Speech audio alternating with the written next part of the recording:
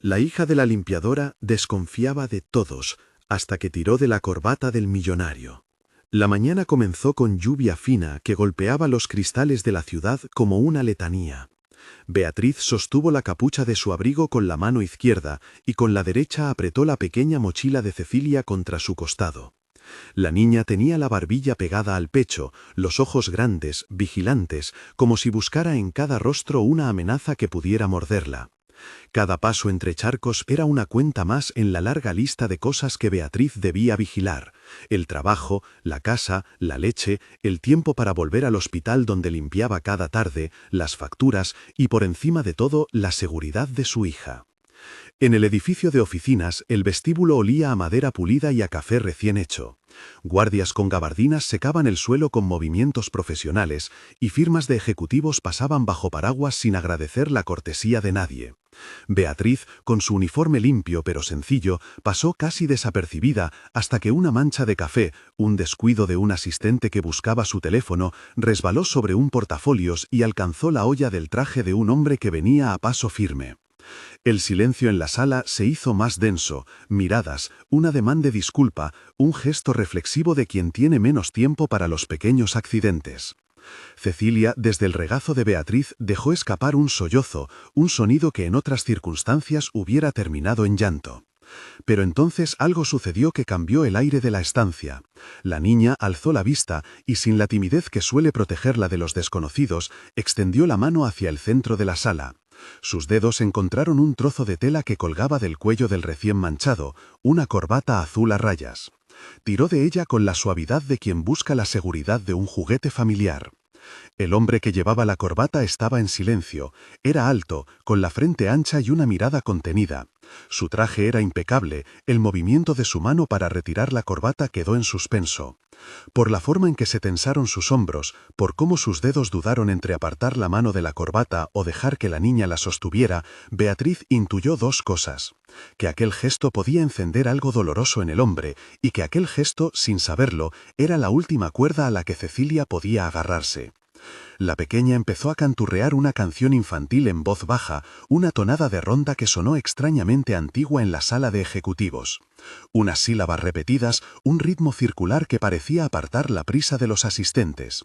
No era la canción de cuna que Beatriz le cantaba cada noche, era otra, corta y sencilla, porque en los niños fluye un repertorio de melodías que no siempre coinciden con las de sus madres. Sin embargo, para el hombre con la corbata azul, la melodía fue una aguja que rasgó un tejido ya frágil. Sus ojos se cerraron un instante y, por primera vez en años, una expresión que parecía de sorpresa y de pérdida ocupó su rostro. El silencio que siguió fue como una habitación sin puertas. Nadie respiraba con normalidad. La canción se repitió y la corbata se meció entre los dedos pequeños. La tela fría contrastaba con la calidez del gesto infantil. Beatriz contuvo la respiración. No porque pudiera esperar un milagro, pero sí porque la música de la niña había dicho aquello que la ciudad entera se negaba a pronunciar a voces, que había heridas que podían reconocerse en un sonido y que había recuerdos que, aun en espacios de acero y cristal, podían reverdecer. El hombre bajó la mano. No la apartó con brusquedad ni la sostuvo con indulgencia, simplemente se inclinó un poco como si quisiera igualar el mundo al tamaño de Cecilia por un segundo. Sus ojos, ahora abiertos, miraron directamente a la niña. La quietud de su postura fue una pregunta sin palabras. Beatriz, protegiendo a su pequeña como quien guarda un secreto, fue la primera en hablar. «Lo siento», dijo, con la voz apenas temblorosa. «Lo siento, señora, señor. Ha sido un accidente». La voz del hombre no tenía la dureza esperada. Dio un paso atrás y en su gesto hubo algo que no era superioridad ni lástima. Era una especie de reconocimiento. Un asistente se apresuró a traer servilletas, a ofrecer bebidas. La escena parecía querer volver al orden. Pero el hombre con la corbata azul aún sostenía la tela entre los dedos como si la sensación del hilo le trajera algo más que el aroma del café. «No es nada», murmuró él, y la frase se rompió en la mitad. «Está bien». Beatriz pudo ver entonces el sello discreto en la solapa de su traje, el nombre de la empresa, una insignia que sabía lo suficiente para no preguntar. Se sintió fuera de su sitio, consciente de la ropa gastada y del olor a fritanga que nunca se iba del todo de su ropa. Pero a su lado, Cecilia seguía con la corbata en la mano, tranquila ahora, como si hubiera encontrado la pieza que faltaba en un rompecabezas. El hombre dejó escapar una sonrisa que a Beatriz le pareció casi dolorosa, una sonrisa que no alcanzó los ojos del todo y que sin embargo depositó un respiro en la atmósfera. Se presentó con un nombre que resonó en su mente mucho después: Gabriel Novaes. Era un nombre que en los periódicos aparecía vinculado a decisiones, cifras y reuniones. En ese instante, en el vestíbulo empapado de lluvia, el nombre fue simplemente el de un hombre al que una canción infantil le robó el aliento. Al terminar el corto cruce, Gabriel se volvió hacia Beatriz y con una cortesía inesperada preguntó: ¿Está bien la niña? ¿Necesita algo? Beatriz, acostumbrada a que las respuestas de los que mandan sean esquivas, se sorprendió de que un gesto de preocupación ocupase tanto espacio. Respondió que estaba bien, que solo había sido un susto, que la mañana les había jugado una mala pasada. No quería aceptar ayuda. La dignidad de quien ha luchado sola durante años pesa más que cualquier oferta. Pero había algo en la forma de Gabriel, en su pausa antes de hablar, que abrió una rendija. «Si le parece bien», dijo él con lentitud, «tráigala al despacho. No me molestará que esté aquí». Esa frase, sencillamente dicha, fue como un puente que se tendió entre dos orillas que jamás se habían mirado. Beatriz vaciló, sin saber si aceptar era exponerse o salvaguardar. El edificio ofrecía un resguardo inmediato. Allí dentro no llovería, allí dentro habría personas, y a veces la presencia de otros reduce la soledad de una decisión. Con el gesto de su hijo de mirada protectora, Beatriz asintió. «Antes de continuar con la historia, quiero pedirte una cosa. Dime en los comentarios, ¿desde qué ciudad nos miras?». Entrar al ascensor del edificio fue como descender a otra atmósfera. El vidrio empañado dejaba pasar sombras comprimidas del exterior y el sonido de la lluvia parecía más distante. En el piso donde trabajaba Gabriel, los pasillos estaban perfumados con asertividad y papeles bien ordenados. Tenían paredes de un tono gris suave, cuadros abstractos, plantas que necesitaban menos agua de la que recibían y un silencio que no le invitaba a hablar. Beatriz sintió el peso de cada mirada que se posaba en su uniforme. Aquella limpieza que ella realizaba en habitaciones infantiles por la tarde no coincidía con el brillo impoluto del mundo ejecutivo. Gabriel la condujo por el pasillo hasta una puerta de madera con una placa discreta. Al abrirse, el despacho se presentó como una isla cálida. Muebles de madera clara, luz filtrada por persianas y sobre una mesa lateral una pequeña caja de bombones envuelta en papel dorado. Cecilia se calmó más todavía. No había apenas ruido. La música, un piano sutil que no llegaba a ser música sino apenas un susurro, aportaba una atmósfera extraña, casi doméstica, a aquel centro de decisiones. «Siéntense», dijo Gabriel. «No tiene por qué ser incómodo. Tráela a la niña lo que necesite. Agua, un cojín. Puedo llamar a alguien para que le sirva algo». Beatriz sentía que se sostenía en equilibrio sobre una cuerda fina. Aceptar significaba dejar entrar a su vida a quien estaba en el centro de titulares. Negarse significaba regresar bajo la lluvia con la pequeña y la sensación de que quizá había otra oportunidad ante ellos. Las cosas en la vida de Beatriz se resolvían a base de cálculo frío. Cuánto ganaba, cuánto gastaba, cuánto tiempo podía ahorrar si alguien cuidaba del niño unas horas. Pero había otro cálculo, más íntimo, que pesaba: la protección de Cecilia, la precariedad que no quería que la erizara como una vergüenza, y la memoria que cargaba en el pecho. La niña se acercó a la caja de bombones con la curiosidad de quien nunca tuvo permisos, y con la serenidad de quien ha aprendido a mirar sin pedir. Gabriel tomó uno y se lo ofreció a Cecilia con un gesto tan natural que derrotó cualquier posibilidad de exhibición ostentosa. Ella aceptó y mordió el chocolate con ojos escrutadores, como si quisiera catalogar la textura y el amor que implicaba. El gesto fue mínimo, pero la escena quedó grabada en la retina de Beatriz. Aquel hombre, que en otros contextos habría sido un extraño absoluto, estaba ahora inclinado en una forma que lo hacía próximo. Las conversaciones comenzaron.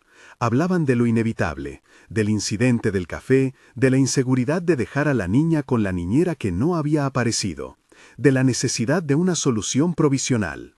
Gabriel habló también, sin aspavientos, sobre su vida, sobre la ausencia que lo acompañaba, sobre una hija que había dejado un silencio imposible en su casa. La palabra Laura flotó en el aire como un nombre que no se atrevía a ocupar más que su propia sílaba. Beatriz escuchó con respeto. No era curiosidad malsana, sino la costumbre de quien vive cerca del dolor ajeno. Aprender a no tocarlo demasiado para no romper algo frágil. Mi hija murió hace... Gabriel buscó las cifras, la medida del tiempo que transforma sin borrar. Hace un tiempo. Desde entonces, la casa tiene voces que no están.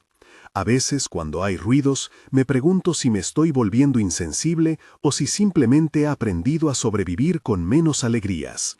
La frase fue dicha con la humildad de quien admite una verdad sin adornos. No hubo muecas dramáticas, no hubo límites de lágrima, solo una exposición casi geométrica de lo que la pérdida hace. Un lugar que fue hogar y ahora es testigo mudo de ausencias. Beatriz entendió algo que tal vez no se revelaría con palabras. Gabriel no buscaba sustituir, sino sentir. No quería que su hija volviera, quería quizá que la música volviera a sonar en la casa. Cuando habló de trabajo, lo hizo con prudencia.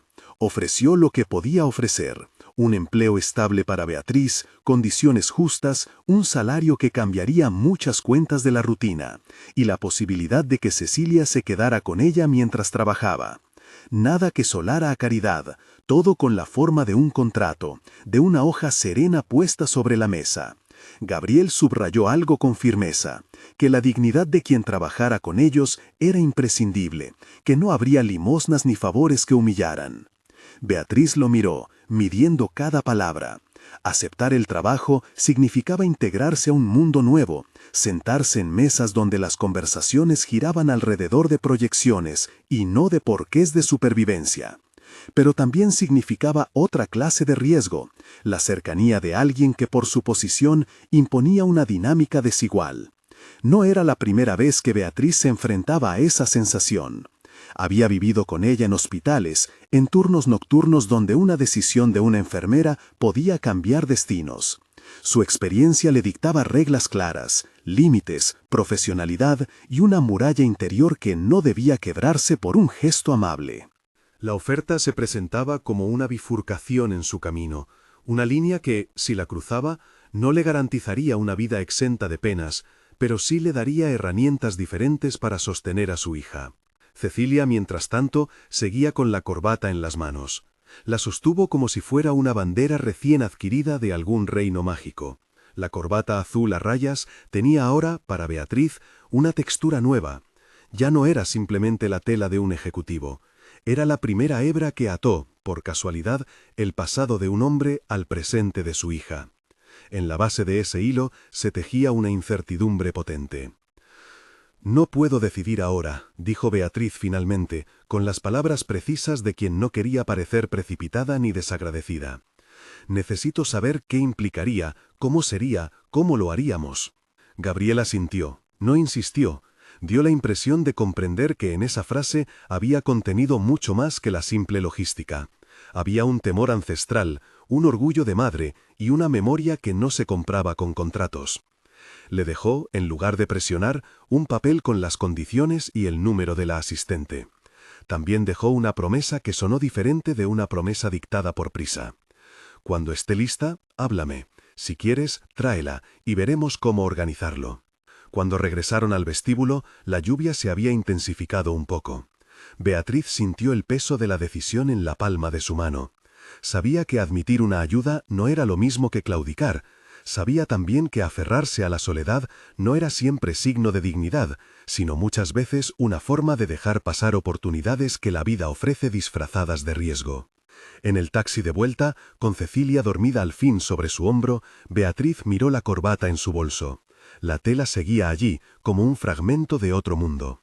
Pensó en Laura, en la foto que había visto en el despacho, en la carne viva de las palabras que Gabriel había pronunciado, y en esa canción que había llegado desde algún lugar para convocar recuerdos. Pensó en las noches en el hospital, en los pacientes que dejaban nombres que se pegaban a su memoria, y en el tipo de amor que sabe esperar en silencio. La ciudad brillaba en charcos dispersos. A cada semáforo, a cada farola, la lluvia cincelaba una posible continuación de la historia. Beatriz no tenía respuestas, solo un repertorio de prioridades: cuidar de Cecilia, pagar el alquiler, no dejar que la cuna de los sueños infantiles se vaciara por negligencia.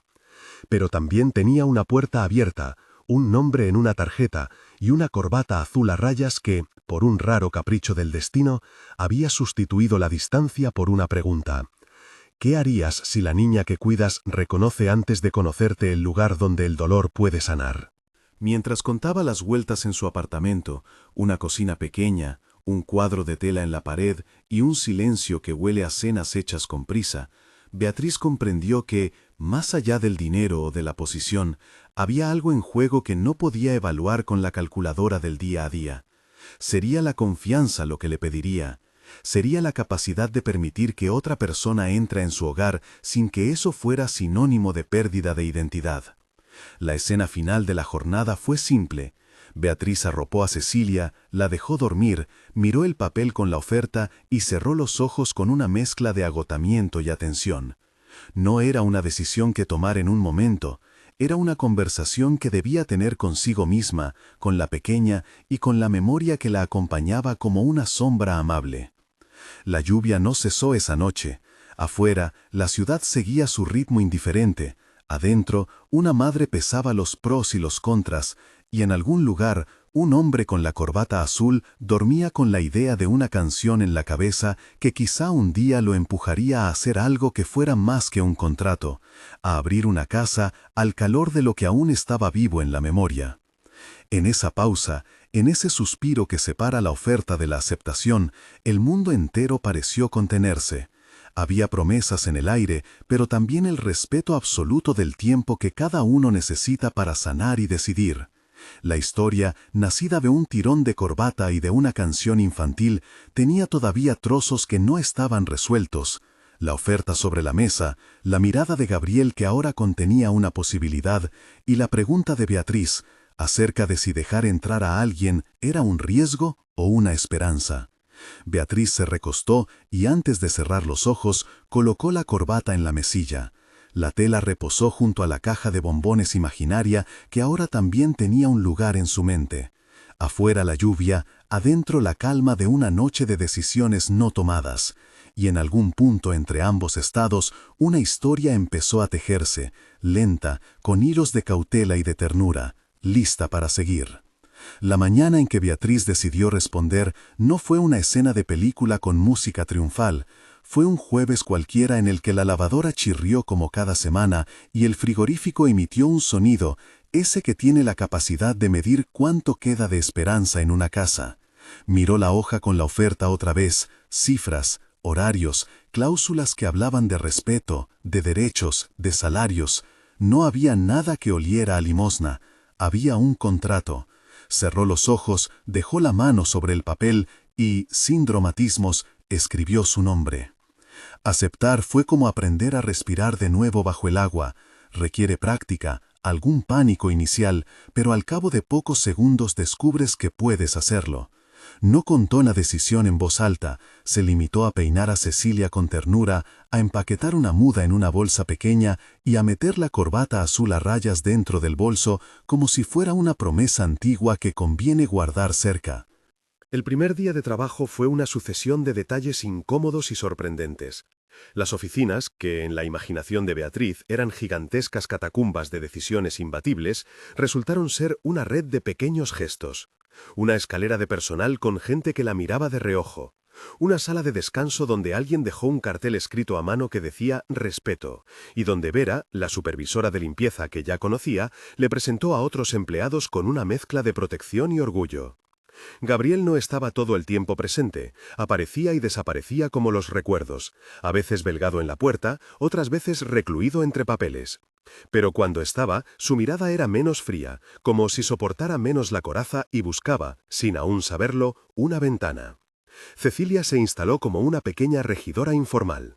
Había un rincón en el ala administrativa con unas sillas cómodas y pinturas infantiles a la pared, y allí quedaba, al cuidado de una asistente nombrada por Gabriel, con una mantita y un viejo cuento. Al principio se mostraba recelosa, miraba a cada persona con la medida exacta de quien aún calcula el riesgo. No sonreía fácilmente. Pero había momentos en que su voz pequeña rompía la tensión y tarareaba, apenas, la canción de la ronda que había abierto todo. Esos instantes eran como pequeñas bombas de luz. La gente la callaba con sorpresa, la observaba como se mira un cuadro preciado. En el despacho, la rutina fue abrazadora y a la vez cotidiana. Beatriz aprendió a moverse entre mesas y archivos con la misma habilidad con la que años atrás había aprendido a poner una vía en una mano temblorosa de un niño. Su destreza era la de quien conoce los límites del cuerpo humano y la dignidad escondida en las acciones más humildes. A veces limpiaba la sala de juntas donde se discutían cifras que no le pertenecían, otras barría el despacho de Gabriel cuando la jornada terminaba. No era un trabajo de relumbrón, nadie la saludaba con titulares, pero fue suficiente para cambiar los números de su mes. La calma de la cuenta corriente le dio permiso para pensar en un par de zapatos nuevos que no dejarían los pies doloridos. Con el paso de las semanas, los ritmos se fueron ajustando a una nueva lógica. Gabriel, que al principio la miraba con esa mezcla de gratitud contenida y curiosidad casi clínica, comenzó a ofrecer gestos pequeños que no eran, de entrada, la demostración de una subsidencia amorosa, sino el simple aprendizaje de la convivencia humana. Traía una taza de té cuando Beatriz terminaba su turno nocturno, se quedaba unos minutos en la sala para leer un informe mientras ella doblaba papeles, le preguntaba por la salud de la niña con la naturalidad de quien ya no teme sonar intrusivo. Beatriz, por su lado, mantenía las defensas en pie. Su pasado como enfermera le recordaba la fragilidad de los afectos cuando se confunden con la gratitud, y su condición de madre le imponía reglas claras, límites, horarios y no mezclar caridad con dependencia. Entre ellos, la relación creció por acumulación de treguas pequeñas. Hubo un día en que Gabriel dejó, sobre la silla donde Beatriz hacía un descanso, un suéter de lana gris con un aroma tenue a casa. Era un impulso tímido, como si él hubiera querido corporizar la calidez que la música había reabierto en su pecho. Ella lo aceptó con la rapidez de quien entiende el gesto y la prudencia de quien no quiere confundirlo con promesas. Lo puso sobre sus hombros al terminar y caminó bajo la lluvia con un calor en la nuca que no pertenecía a la ropa, sino a la confianza ganada a pequeñas cuotas. El pasado, sin embargo, tenía estaciones.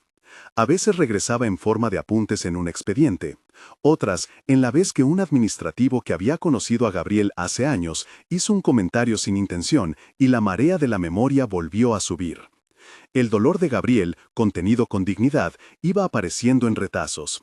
Una foto colocada en la mesa de su despacho, una fecha señalada en su calendario, una noche en que se quedó hasta tarde, y ellas, Beatriz y Cecilia, se quedaron en la sala de espera leyendo historias en voz baja. La canción, cada tanto, emergía como un hilo que los conectaba. Cecilia la tarareaba, alguien la escuchaba, y allí una puerta se entreabrió. Una tarde de otoño, cuando el viento lida hojas secas y planes por cumplir, ocurrió algo que alteró la calma de una manera que nadie podría haber previsto. Gabriel estaba revisando una caja de recuerdos que había traído del sótano de su casa, pequeñas reliquias que se rehacían en su mano como huesos de una historia que no terminaba de cicatrizar. Entre cartas amarillentas y entradas de cine, apareció una fotografía doblada en cuartos, guardada entre pliegues cariñosos. Al abrirla, el sopor de la tarde pareció detenerse. En la imagen, una enfermera sujetaba a una bebé envuelta en telas claras, y la expresión de quien sostenía a la niña era tan serena como la de alguien que, en ese instante, no conoce todavía la pérdida. El nombre Laura estaba escrito en la parte de atrás con la letra de una madre que pretende anotar para no olvidar. Gabriel palideció. La imagen no era nueva en sí, había visto fotos en otras cajas, pero en ese momento no fue la cara de la bebé lo que lo atrajo, sino la forma de las manos de la enfermera, la colocación de los dedos, una pequeña cicatriz en el dorso de su mano derecha. Le resultó familiar, no porque tuviera una memoria perfecta de gestos ajenos, sino porque esa marca era idéntica a la que él había visto, una vez fugazmente, en la muñeca de una mujer que pasaba por el pasillo con un uniforme sencillo. De pronto, como si varios zarpazos de memoria se unieran, la imagen empezó a encajar. La canción, la corbata, aquella mano que en el vestíbulo se había quedado inmóvil. No fue una deducción fría. Fue una avalancha de sensaciones que lo golpearon con la velocidad de lo íntimo. El nombre de la enfermera, el momento comprimido de ventiladores y voces apagadas, las noches en vela. Gabriel sintió unas ganas inmensas de preguntar, de exigir, de rescatar un fragmento de la verdad que había estado guardada en la penumbra. Caminó hacia la sala de limpieza con la foto entre los dedos, el papel temblando apenas. Allí, Beatriz doblaba una bata con la calma de quien conoce la práctica. Al verla, un surco de sorpresa le cruzó el rostro. «Beatriz», dijo, aunque no estaba seguro de que llamar por su nombre fuera la forma correcta de empezar lo que venía. «¿Puedo hacerte una pregunta? ¿Podrías venir un momento?» Ella dejó las manos en la pela. Se secó las palmas con la parte del delantal y asintió. No había señales de miedo, solo la tensión contenida de quien sabe que una pregunta puede abrir puertas que no tienen marcha atrás. Le mostró la foto. No dijo nada más. La sostuvo frente a su pecho con la respectiva distancia que el respeto exige. Beatriz se quedó mirando. La respiración se le hizo ligera, como si el tiempo se hubiera afinado hasta dejar pasar una sola nota. No tardó en reconocer la figura. El uniforme era antiguo, el peinado diferente. Sin embargo, había en la cara de la enfermera una proporción que le era imposible negar. Era ella misma años atrás, más joven, con ojos menos marcados por la fatiga, pero con la misma línea de ceja, con la misma cicatriz en el dorso de la mano, esa que había ganado una tarde de invierno en la que una puerta se cerró mal y dejó una memoria en su piel. No, fue lo único que pudo decir. No sabía que esta foto existía. Gabriel dejó la fotografía sobre la mesa como quien despliega una bandera. Sus dedos buscaron las manos de ella como si un gesto humano pudiera poner orden a la confusión. «¿Fuiste tú la que...?» No terminó la frase. Beatriz cerró los ojos. Las palabras que siguieron no fueron de orgullo ni heroísmo, fueron la confesión de un pasado que había preferido enterrar por dignidad y por miedo. «Sí», admitió con voz pequeña. «Yo era enfermera pediátrica. Estuve en el turno de la UCI neonatal el día en que Laura estuvo con nosotros. Hicimos todo lo que pudimos. Hicimos lo que supimos hacer». El silencio que siguió no fue incómodo porque ocultara algo, sino porque ambas verdades ocupaban el mismo espacio. La imposibilidad de volver el tiempo y la pequeñez humana frente al sufrimiento. Gabriel no preguntó por culpabilidades. No las buscó como verdugo, sino como alguien que necesitaba comprender el contorno del dolor para poder poner las piezas en su lugar. «Te vi en el vestíbulo», dijo, casi sin pensar. «Pensé que era alguien del servicio. No había imaginado que...» Se interrumpió. «Perdóname, no quiero que esto suene como acusación. Solo nunca pensé que habría una foto donde sostuvieras a Laura». Beatriz respiró. En la palabra «perdóname» no había necesidad de absolución. Había una petición de permiso para exhibir un asunto personal que de pronto se volvía público. Ella le contó sin adornos. La noche larga, la fragilidad de la niña, los intentos que a veces no alcanzan. Contó que hizo lo mismo que hacía con cada paciente: poner una manta, elevar la cabecera, tararear una canción cuando la respiración se tornaba errática. Dijo, sin dramatismos, que en aquel entonces había aprendido no a evitar la tristeza, sino a acompañarla. Gabriel la escuchó con la atención que se reserva a quienes no son un eco de uno mismo, sino un espejo que devuelve una verdad. Cuando ella terminó, quedó un pacto no escrito entre ambos. La memoria de Laura no sería utilizada para recompensar ni para castigar, sino para sostener la honestidad entre dos personas que, por herramientas distintas, habían amado a la misma niña. Esa noche, las fronteras entre empleador y empleada temblaron, pero no se quebraron. Hubo lágrimas, sí, pero de aquellas que limpian y no las que humillan. Gabriel habló de culpa propia, de noches en las que se preguntaba si había hecho lo suficiente, de la soledad que la ausencia había tejido en su casa. Beatriz contó cómo una decisión de vida la había llevado a abandonar la enfermería. Un recorte en el hospital, una oportunidad que no llegó, la necesidad de pagar facturas. No hubo melodrama, solo honestidad. El descubrimiento de la foto sirvió para algo que no estaba en los papeles, para transformar la percepción que Gabriel tenía de aquel mundo que hasta entonces solo había visto con distancia. Comprendió que la persona que cruzaba los pasillos no era un personaje de servicio, sino alguien que, en otros tiempos, había ofrecido cuidados donde él mismo había sentido la impotencia más cruda. De repente, su gratitud no fue paternalista, fue una forma de reconocimiento. La noticia, por supuesto, no quedó encerrada en la oficina. En algún momento Vera, que había observado la escena desde el umbral con esa mezcla de curiosidad y compañerismo, corrió la voz entre aquellos que se ocupaban de la limpieza. No había chismes maliciosos, solo asombro y, para algunos, la comprensión de que la historia humana suele ser más compleja que las etiquetas. La reacción más difícil, tal y como temían los dos, vino desde la casa de Gabriel. Dona Marta Novaes, su madre, una mujer formada en la liturgia del buen nombre, supo de la relación de manera indirecta. La noticia se extendió como una grieta en el vidrio. El millonario que traía a la hija de una limpiadora al despacho, el gerente que contrataba a la mujer que había estado cerca de la niña fallecida. Para Dona Marta, la lógica social era un mapa que no admitía demasiadas variaciones. El primer encuentro entre Beatriz y Dona Marta fue una escena propia de tensión educada. La señora Novaes convocó a la mujer al salón de su casa con la puntualidad de quien no deja nada al azar. Había en la sala un orden que amaba las cosas identificables, jarrones alineados, cuadros que no temblaban. Beatriz llegó con la precisión de quien se sabe observada. Caminó sin presentarse como quien hubiera de pedir merced, sino con la dignidad de quien ha trabajado desde temprano y no debe pedir permiso por existir. Dona Marta no ocultó su desconfianza. Sus preguntas no venían revestidas de insulto directo, tomaban la forma de una curiosidad que pretende ser maternal. Quería saber qué hacía en la vida Beatriz, de dónde venía, qué intenciones tenía con su hijo. Había en las preguntas la arraigada defensa de un mundo que Dona Marta creía preservar si cuidaba las formas y las apariencias. Beatriz respondió con la mesura de quien sabe que las palabras pueden ser armas sin filo. Habló de su trabajo, de su pasado como enfermera, de la música que susurraba la niña, de los esfuerzos por mantener a flote su hogar. No pidió nada, no se justificó con amargura. Hubo un momento en que Dona Marta, con voz más suave, confesó su miedo.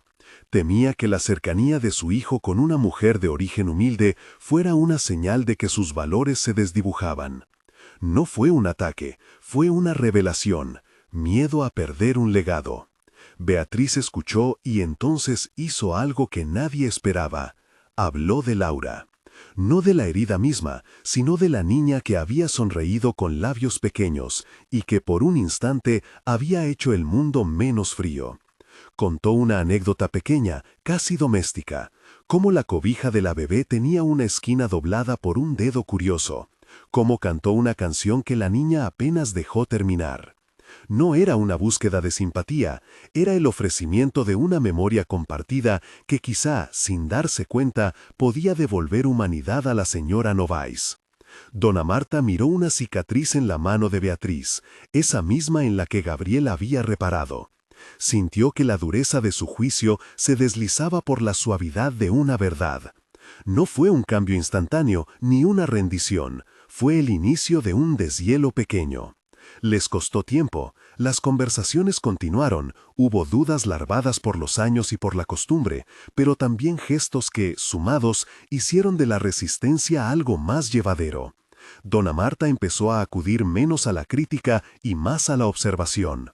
Vio cómo Beatriz atendía a su nieta con una ternura que no pedía licencias.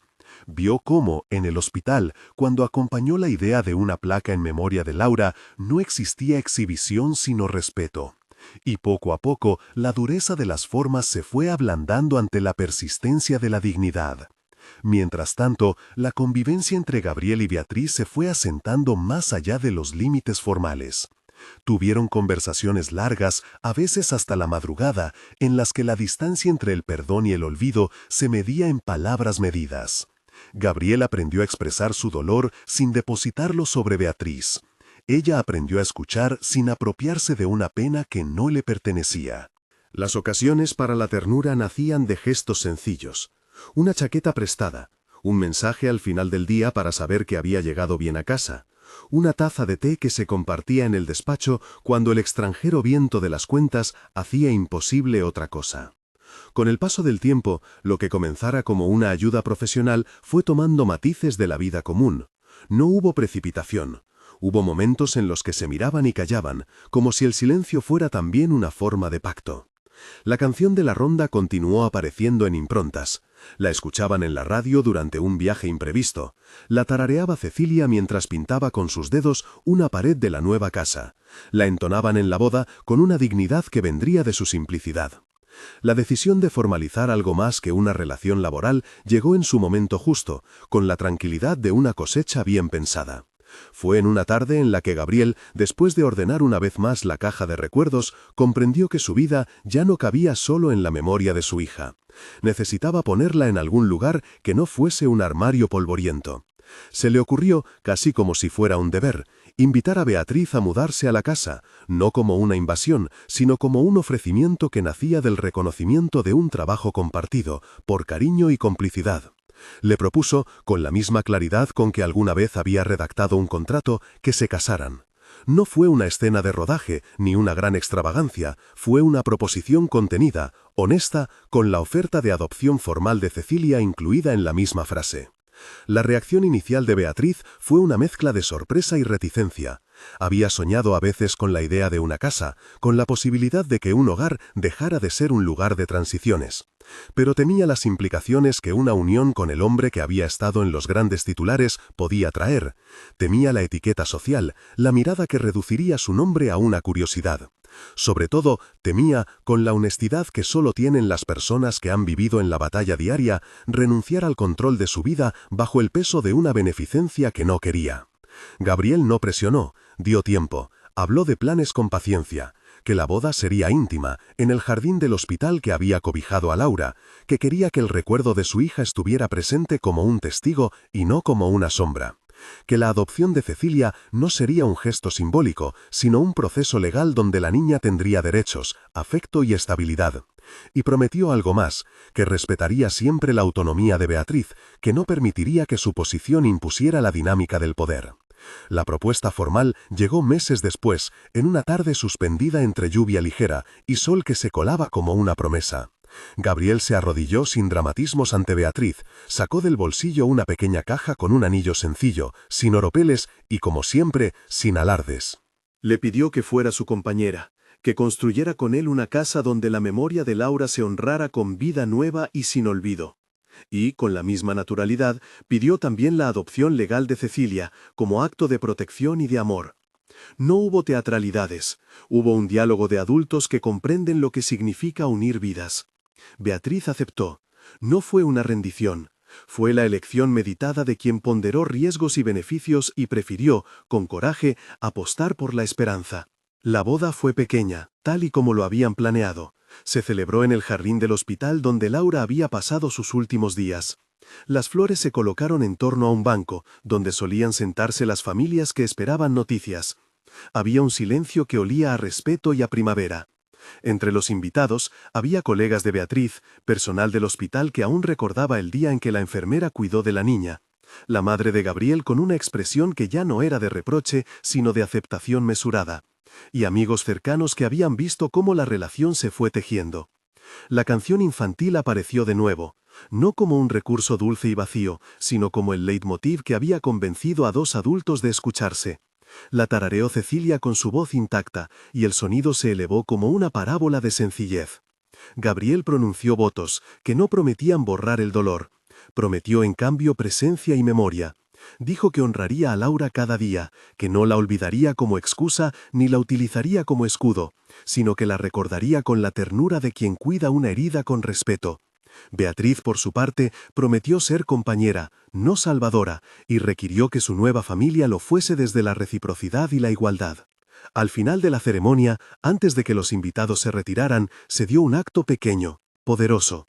Gabriel descubrió una placa que había mandado hacer en memoria de Laura, colocada en la entrada del ala pediátrica del hospital. Una frase breve, escrita con cariño que decía algo sobre el amor que continúa. Fue un gesto que emocionó a todos. Dona Marta apoyó la mano en el hombro de Beatriz, de una forma que hablaba más que 1000 palabras. Las 3 generaciones, de alguna manera, estaban alineadas en ese instante. Con la boda llegó la decisión oficial, la adopción. No fue un trámite simbólico, fue un proceso legal que Gabriel y Beatriz afrontaron con la seriedad que merece un cambio de estado civil y familiar. Hubo papeles, entrevistas, una juez que quiso conocer a la niña y a la madre, y papeles que certificaron lo que ya existía en los hechos, un vínculo de amor y cuidado. La firma final fue sencilla, un sí afirmado por la niña cuando le preguntaron si quería quedarse con su nuevo padre. Un sí cuyo valor era la certeza de que un afecto sostenido se convertía ahora también en un lugar seguro. La vida después de la boda fue hecha de detalles cotidianos. Hubo, en la vida de todos ellos, episodios pequeños que recordaban la fragilidad anterior. Una noche en que Gabriel despertó sobresaltado por un ruido, buscando la voz de la hija que ya no estaba. Una tarde en que Beatriz se encontró llorando sin razón aparente, y Cecilia, con la inocencia de los niños, la abrazó sin pedir explicaciones. Y en esos instantes, lo que sostenía la convivencia era la verdad simple de que el dolor no desaparece, pero puede ser acompañado. Con los años, la historia que una vez habría sido susceptible de reducirse a titulares, El millonario y la hija de la limpiadora, adquirió la forma humana de la memoria compartida. Cuando alguien preguntaba cómo había empezado todo, las respuestas eran múltiples. La canción de una niña, un tirón de corbata en un vestíbulo, la profesionalidad de una enfermera, la decisión pausada de 2 adultos de construir una vida juntos. Nadie insistía en llamar la relación un milagro, la palabra que preferían era otra, reparación. No como la idea de que el pasado se borra, sino de que, con actos de cuidado, la gente puede recomponer sus días. El tiempo trenzó una familia. Cecilia creció con la confianza que concede tener 2 personas que la cuidaban con firmeza. Fue una niña que, igual que su madre, aprendió que la dignidad se sostiene en los actos, no en las palabras. Asistió a la escuela, se hizo amiga de vecinos, aprendió a cocinar una receta pequeña que se convirtió en la favorita de la casa. Gabriel aprendió a reír con más frecuencia y a aceptar que el mundo no se mide solo en números. Beatriz recuperó, poco a poco, la seguridad profesional que la había hecho una buena enfermera. Cuando lo quiso, volvió a colaborar en charlas sobre cuidados infantiles en el hospital, no con el afán de revivir el pasado, sino para compartir lo que sabía. En un aniversario cualquiera, colocaron en la pared de la entrada una mariposa hecha con cerámica. Era la imagen que Cecilia había dibujado un día en la escuela, una mariposa de colores que representaba la idea de transformación. La mariposa quedó como símbolo de la casa, frágil, hermosa y sobre todo libre. En las noches de invierno, cuando la casa olía a sopa y a madera, a veces encendían una luz junto a la placa que recordaba a Laura, no para sustituirla, sino para mantener viva la historia que los había unido. El episodio que había comenzado con la mano pequeña de una niña sobre una corbata no fue al final un arrebato del destino que borrara las heridas. Fue una línea de continuidad que permitió que 2 personas, herida y cuidadora, se reconocieran en la vulnerabilidad del otro. La hija de la limpiadora, que al principio desconfiaba de todos, aprendió a confiar en una familia que la eligió cada día. El millonario, que creía que la solución al dolor era la distancia, entendió que el remedio no es la posesión, sino la compañía. Si alguien quisiera reducir la historia a una moraleja sencilla, diría que hubo respeto, que hubo trabajo digno, que hubo contemplación del pasado y valentía para elegir. Pero la verdad más profunda es que la vida, cuando se la deja ser humana, ofrece segundas oportunidades, que no se compran ni se venden. Se tejen con manos que cuidan, con voces que no exigen, con miradas que escuchan. En un hogar que alguna vez fue un apartamento de techos bajos, ahora las risas llenaban el comedor. En la habitación de Cecilia, una fotografía enmarcada mostraba a una niña con una corbata azul en la mano, sonriendo con la espontaneidad de quien no sabe que su gesto cambió destinos. Beatriz la miraba de vez en cuando, y su pensamiento no era de grandilocuencia. Reconocía la fragilidad de la vida y la belleza de las oportunidades. Gabriel, por su parte, incluyó en su rutina el gesto de ir al banco y hacer una donación mensual a la sala de pediatría, no para redimir nada, sino para sostener aquello que una vez les había unido. En la última escena de una tarde de verano, cuando la luz se filtraba como una promesa cumplida, Cecilia se acercó a la estantería y tomó la corbata azul. La sostuvo entre las manos y, sin pensarlo, la tendió a Gabriel. Él la aceptó con reverencia y la colocó en la solapa de su chaqueta como si fuera un amuleto de la memoria. La canción que alguna vez lo había traído flotó en la radio de la cocina, tocada en una versión instrumental, simple y clara. La melodía llenó el aire como un testigo de lo que había pasado. Encuentros improbables, decisiones valientes, heridas que no se borran, pero que, con cuidado, dejan lugar para que el amor vuelva a nacer. Si esta historia te ha emocionado, compártela con alguien que necesite recordar que el amor puede renacer en las cosas simples. Suscríbete para más relatos que celebren la dignidad y las segundas oportunidades.